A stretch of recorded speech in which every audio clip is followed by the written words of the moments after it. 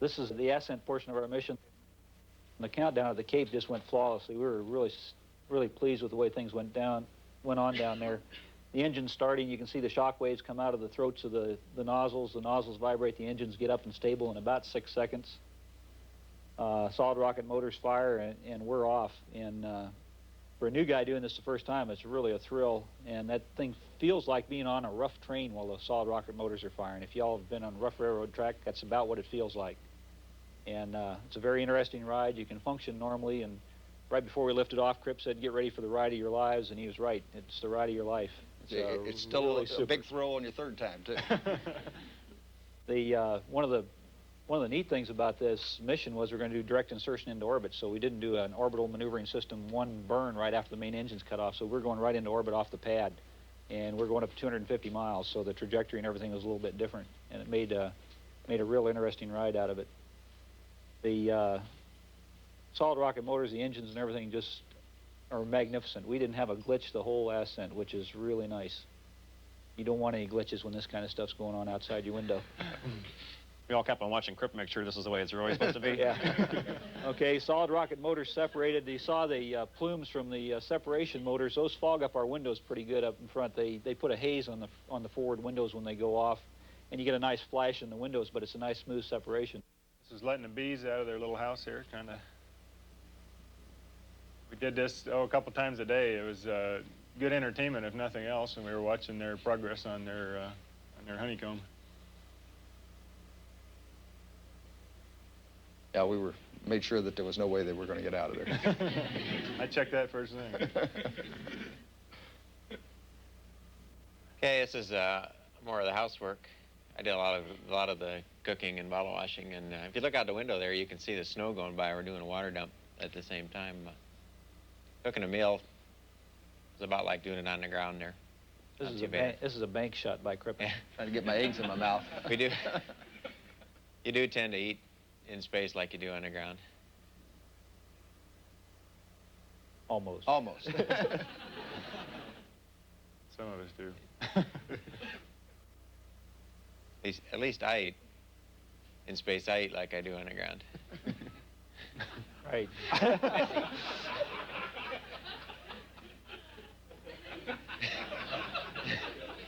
So did Ox. So does I. That was the real rotating grapple on board. Yeah, we gave us time to play up there, too. Well, in this particular sequence, we're showing how we prepare a meal. And we divided these tasks up among all the crew members. Dale usually wound up doing breakfast because nobody was quick enough for him. Making meals is a fairly easy task on orbit. All you had to do is essentially like, it's very good, essentially like backpacking. You essentially add water to the food, and it was very good. I'll let Rick describe what we're doing here. Well, at the risk of endorsing a product, that's an interesting physical demonstration on orbit of the fact that things really are weightless. That's how the crew was rewarded when we did something properly. Right. Rick would release another handful. Since Anna did more things right than anybody, she got most of them.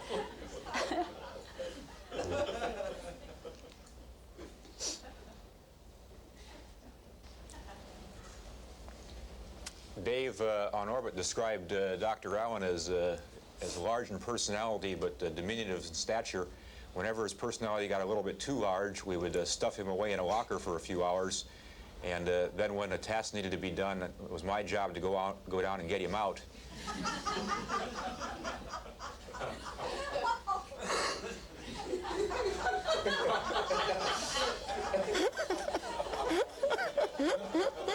This was a somewhat unpleasant task for me, but Joe seemed to like the freedom at times. And the hard part was putting him back in there again later once we got him.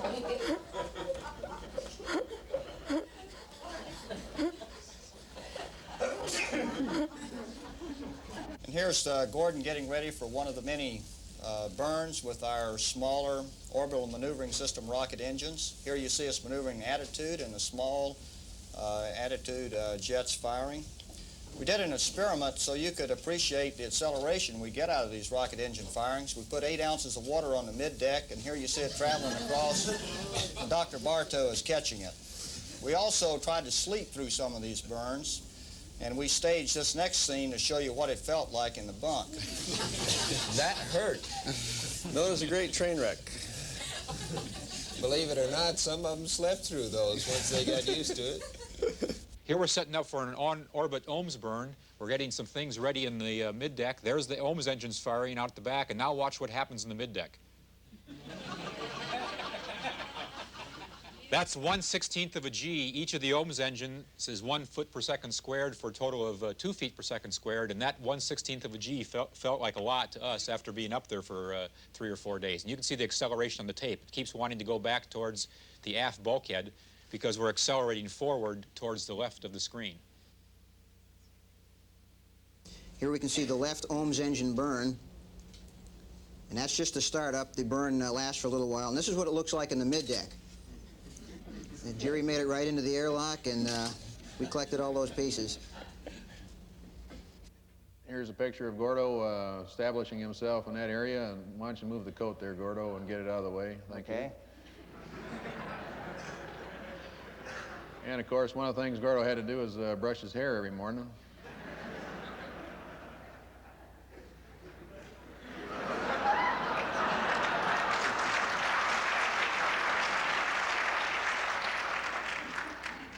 Eating was a real pleasure, of course.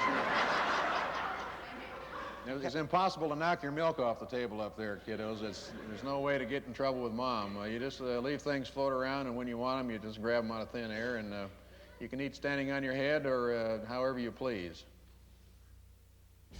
Here's our guru here. This is a story during his... Demonstrating what happens if you ever drop a cat, it always ends up on its 4 feet, no matter what attitude. And that's We've had a lot of discussions about how this works, how you can move around. He's not shoveling the air. It's actually, he's... You want me to do it here? The one on the right, of course, is a magnet, and the one on the left is just a pencil, and we had no idea they were going to decide to mate.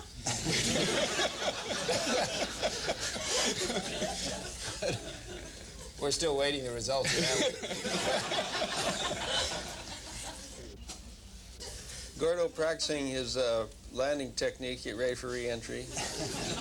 Looks like we're lost in space there. That's right. Well, we get up in the morning and, you know, brush our teeth and comb our hair and the rest of that stuff here. Some of the crew equipment we had was limited, so we had to share it.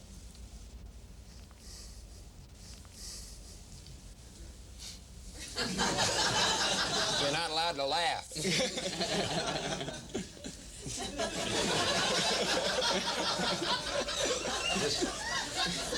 This sequence we call Hair Wars.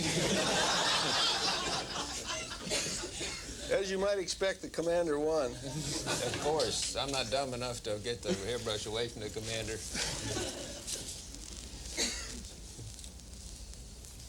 This next scene is not staged. This is a real teleprinter message. We set a new record on this flight for the amount of teleprinter messages sent up. Every single rev on the night side, they send up a new detailed plan for the scientists here to accomplish on the next solar pass. And that was an actual message, all full of fine print. That fortunately for me, all I had to do is take it up to the upper deck and pass it out to the people who really had to read it.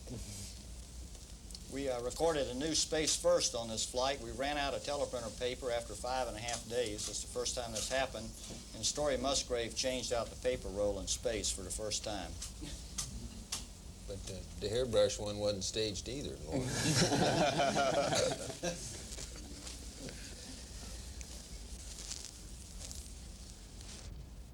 We had to devise a number of exercise routines.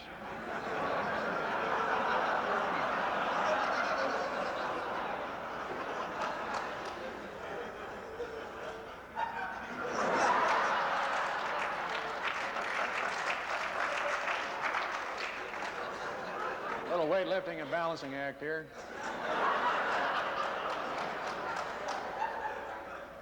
Now, not many of you can do this right here.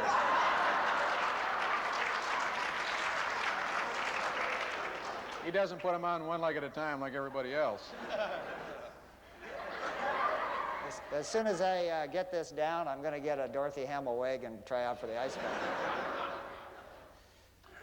And, of course, Marines aren't happy unless they do their push-ups every day. That wasn't too tough, so, you know, look, one arm. And if you want to, you can do foot-ups.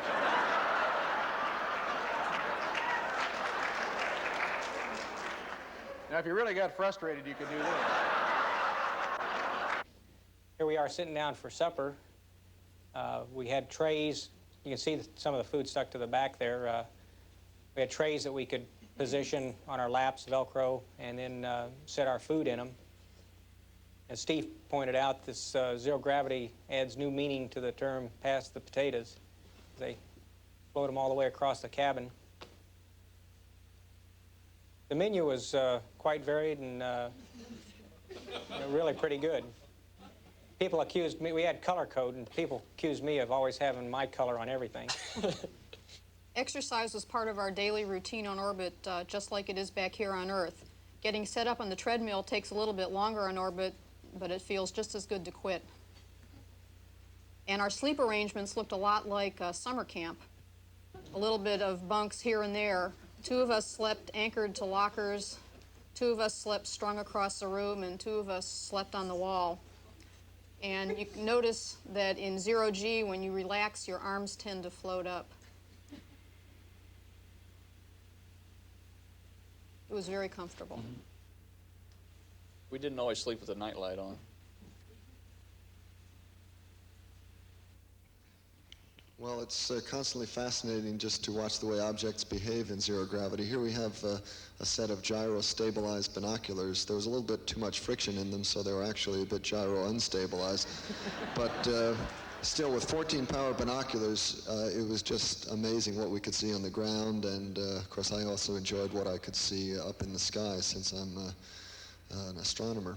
We also carried some science demonstration objects, commonly known as TOYS. This was done primarily to make some educational footage, which we can use and distribute to science teachers throughout the country. Here, Bo forgot to spin the gyroscope up, and somehow it just didn't stay stable. So we're going to give him another chance, and here he's going to get it spinning. There we go. Of course, the principle of gyroscopic stability has been around a long time. We use it for navigation. Our satellites use it when they come out of the cargo bay. But of course, without gravity and just being able to float it free here, you can study the behavior of the gyroscope and watch the way it moves around in a way that we never get a chance to do in laboratories on the Earth. I'm sure all of you have held a gyroscope on a string or on your fingers, and after a while, as it spins down, the force of gravity starts to torque it, and it starts to process around. Of course, that never happens in zero gravity. You can keep playing with it almost up to the moment where it is not spinning at all, and it still stays stable. In fact, it was just a constant source of fascination, all the different things you could do with these very ordinary devices. This is a little magnetic wheelo that I'm using. Normally on the Earth, you start this with gravity. I found it was pretty easy to start it up using centrifugal force. This one, as long as I was holding it, behaved pretty much the way it did on the Earth. But as soon as you let it go, then it does all sorts of neat things. And here comes Mr. Yo-Yo. I've had a lot of discussions with physicist friends of mine about whether the yo-yo was going to work, and it worked fabulous. You could do it fast, you could do it slow, you could do it to the ceiling. That's the famous oi-oi. Dave did flying saucers around the moon. He's a real champ, and if they don't let him into the Yo-Yo Association of America, there's just no justice in the world. Putting the jacks here, there was constant danger of massive explosions if the ball came back in the wrong place. We managed to go through without ever losing the jacks, and although it's not on film, Ray did manage to do her 12sies by the end of the flight. If you let a paper airplane just float, it's pretty much carried away by the air currents in the shuttle, as you see here. And so it really doesn't take very much force just to start it on the most beautiful flight that you've ever seen of any paper glider. Hope you like our home movies so far. The paddle ball behaved a lot like it does on Earth in that you can paddle it in nearly any direction if you're clever enough. I'm not sure I am clever enough to keep it going in each direction, as you can see here. So the ins and outs, ups and downs were about the same. It's a little harder to do, let's see, to do this trick on Earth.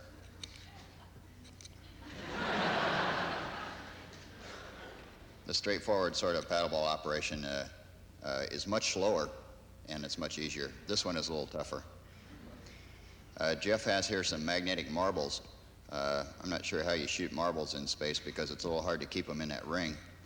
But your shooter seems to work fine. It joins right up with them all. And it forms into a toroid, as you might expect, with the magnetic lines and the magnetism that's inherent in the marbles. If you watch carefully now, on not this one, but the one after this, as Jeff sails the marble past after he repositions his ring here with its little tail, and relative to the horizontal lines on the bulkhead behind him, watch what this marble does.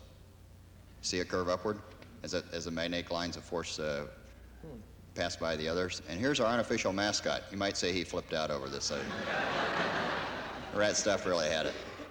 The slinky, without the sag that you have to contend with in 1G, behaved pretty much the same as it does in 1G.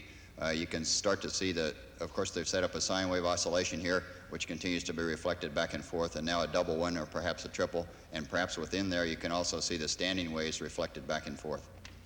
The centrifugal force, of course, keeps this little car going around its track. On Earth, when it gets to the top, it would, of course, fall out. In space, what do you expect it's going to do? Well, with a little help from the doctor, sure enough, it falls out. See, when you've been in space a little while, down is up and up is down. It doesn't make any difference. It really doesn't. Mission this complex requires strict discipline, and fortunately we had a well-disciplined crew. Of course, you know, you take 4 guys off the farm, some of them are able to respond a little quicker and learn a little faster than others to military movements, and some guys just never learn. That's crazy. I'm not doing any more parades. We did have a drill team, crack drill team here that we practiced every morning. Zero gravity's got to be fun. If you hadn't noticed or picked up on it by now, it just is a great deal of fun. After 300 hours of space flight, you can really learn how to adapt yourself to zero G and do the tasks a lot more rapidly than you ever could on the ground, and most of the things like stowing the cabin were really no problem at all. With some exception. Almost all. Cables develop a mind of their own.